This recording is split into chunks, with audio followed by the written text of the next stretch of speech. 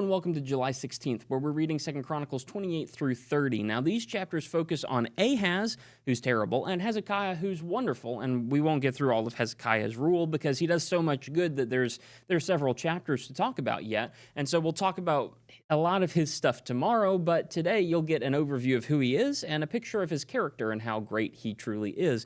Now, in 2 Chronicles chapter 28, unfortunately, we have to read about Ahaz, and Ahaz is bad. Ahaz is the son of Jotham, and Jotham is good. Jotham, he was good, but he didn't have the influence that Israel really needed him to have, or that Judah really needed him to have. He didn't convince anyone else to be righteous, but he was righteous himself. His son Ahaz sees that and just absolutely rebels against it. His son Ahaz goes against the king. His son Ahaz goes against the Lord.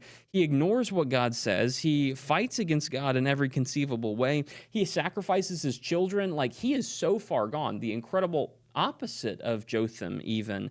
And so he gives up everything against God, and God removes him and replaces him with Hezekiah instead. Now, Hezekiah sees the actions of his father in chapter 29, and in the first year of his reign, in the first month, in chapter 29 and verse 3, he reopens the doors of the Lord's house. He starts to repair the temple. He actually opens it for worship and allows people to worship the Lord their God. Ahaz had banned people, essentially. He desecrated the temple and banned people from worshiping the Lord. But Hezekiah's first action as king is to reinstitute Lord worship.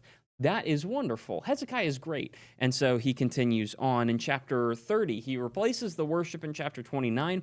He replaces the feast days in chapter 30. They really haven't been celebrating Passover like they ought to. Passover should have been a yearly celebration, and yet Israel and Judah had really flagged on that.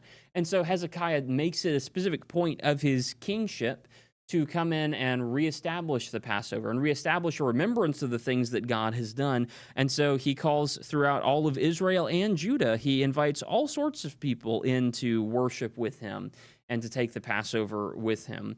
They come. They actually come and join. Even the unfaithful ones in northern idolatrous pagan Israel, some of them even come down and take the Passover. And so Hezekiah is using his righteousness to encourage the people of Judah to righteousness, but also to encourage the people of Israel to righteousness.